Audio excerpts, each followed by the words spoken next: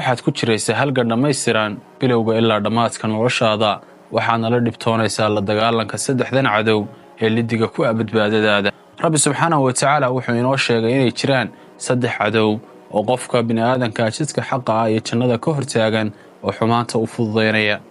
cadowga koowaad waa shaydaanku waa cadow taariikhi oo bini'aadanku leeyahay ilaahay wuxuu yidhi shaydaanku cadowgu idiin yahay cadow ka dhigta cadowga labaad ee shaydaanka la saaxiibka ah waa naftaada waa midda adiga kugu jirta ilaahay subxaanahu wa tacaala waxa uu leeyahay inna nafsa la amaaratun bisuu naftu waa mid xumaan kugu hagaysa sababtoo shahawaadkaaga markaad raacdid iyo waxa iyadu jeceshahay waxaad noqonaysaa mid jidka xaqa ah ka leexanaya cadowga saddexaad waa adduunyadan aan ku guda jirro haddii dooqaaga koowaad uu noqdo inaad adduunyadan ku mashquusho oo aad aakhirada ilowdo waxaad noqonaysaa mid hallowsan oo jidka xaqa ah ka leexday ilaah subxaanahu wa tacaala waxa uu leeyahay wardadow ilaahay yobohiisu waa dhab ee adduunyadu yaana idinkadin oo idin mashquulin haddaba waxaa laydinka doonayaa afartaa cadow inaan ka digtoonaanno asxaabtaada kale sii gaadhsiin si ay ajarka inoola qaybsadaan bishaaro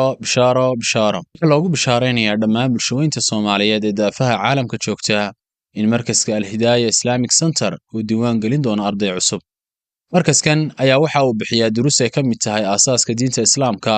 sida higaada Qur'aanka oo hab tajwiida loo barayo caqiidada barashada farteena Soomaaliga ee dhaqanka iyo in waliba salaada laga saxo iyo waxyaalaha caqiidada ku tacalluqa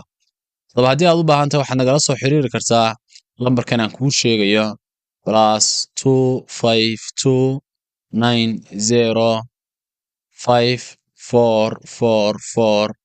+2529054445550 aad baa u mahadsantahay